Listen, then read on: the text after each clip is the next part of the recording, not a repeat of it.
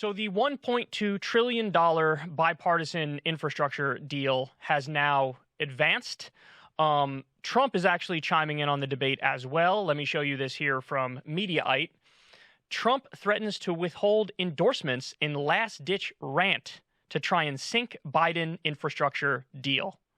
Okay, so this is really interesting. Let me break this down for you a little bit. I'm going to give you, here's some of what Trump said. Joe Biden's infrastructure bill is a disgrace. If Mitch McConnell was smart, which we've seen no evidence of, he would use the debt ceiling card to negotiate a good infrastructure package. By the way, he never defines what a good infrastructure package is in his perspective. It is a gift to the Democrat Party, compliments of Mitch McConnell and some rhinos who have no idea what they are doing. All right. On that point, notice something. He's going to keep going back and forth between this deal is terrible for America and I hate it and, oh, this deal's a gift to the Democratic Party. Which is it? It can't be both. Either it's a gift to the Democratic Party because they're going to do it and it's a good thing and then people will vote for Democrats, or it's bad for the country and it's terrible. He tries to have it both ways. He's not even bothering to try to be logically consistent. But ultimately, the reality is, it is true that if this passes, then it will be good for the Democratic Party, assuming they brag about it and let everybody know, hey, this is the thing that we did and this is a good thing. So, but it's hilarious that Trump keeps going back and forth and contradicting himself, and of course he doesn't realize it. Trump continues and says, there's very little on infrastructure in all of those pages. Not true. We're going to come back to that. Instead, they track your driving so they can tax you. What?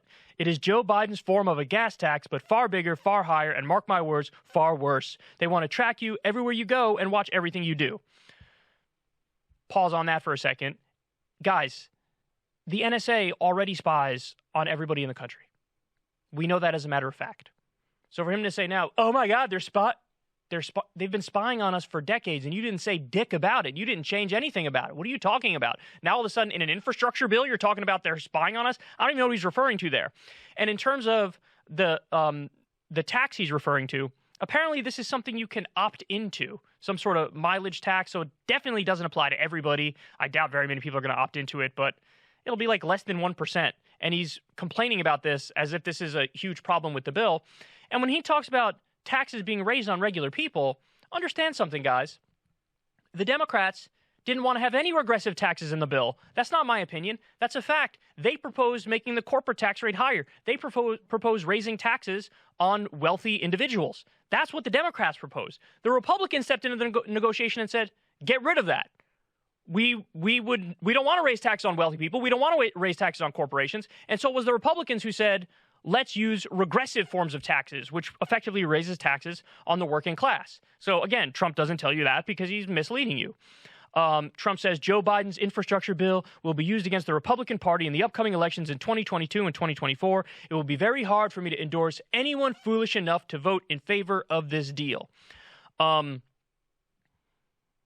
This is him still trying to reassert control over the Republican Party and the politicians who are in there right now.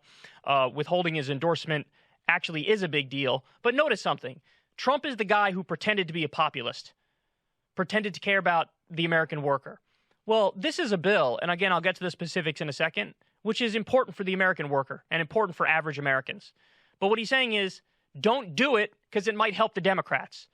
So he's doing the opposite of America first. He's doing Republican Party first over America. And finally, Trump says, understand that this is the way to get the horrendous $3.5 trillion, actually $5 trillion Green New Deal bill done in the House. Now, there's no other way to categorize that than an insane lunatic lie, because everything about climate change has been stripped out of both the regular bipartisan infrastructure bill and the partisan reconciliation human infrastructure bill. So there's nothing about climate change in there to my knowledge. And even if they kept some of the climate stuff in, it's nowhere near the Green New Deal. Like, what are you talking about? The stuff that's in the partisan reconciliation bill, by the way, that's the better bill, is like, I think it's 2 years free community college, and then you have some elder care in there. You have universal pre-K for people. Those are just really popular things that people want, and he's calling that the Green New Deal? He has nothing. All he does is like, let me throw out the boogie words that scares my base. Green New Deal. Marxism, socialism, communism, something. So he's an absolute mess. Now, I'll just tell you guys real quick what is in this bipartisan deal that Trump is currently trashing. Remember, he goes on to say, and he said it a number of times, this has nothing to do with regular infrastructure. Well, you decide. So what's really in the deal?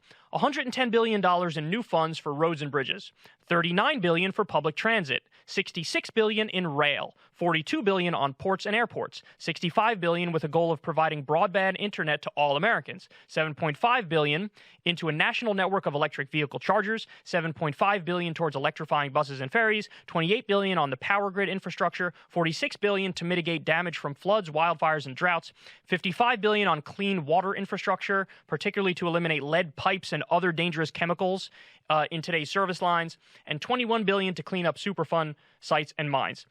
You tell me, does that sound like regular infrastructure to you? Because it for shit sure sounds like regular infrastructure to me. So Trump is lying about it. He's trying to tank it, which yet again is the opposite of populism. If he actually was a populist, he would say, of course, we should make some sort of deal on infrastructure.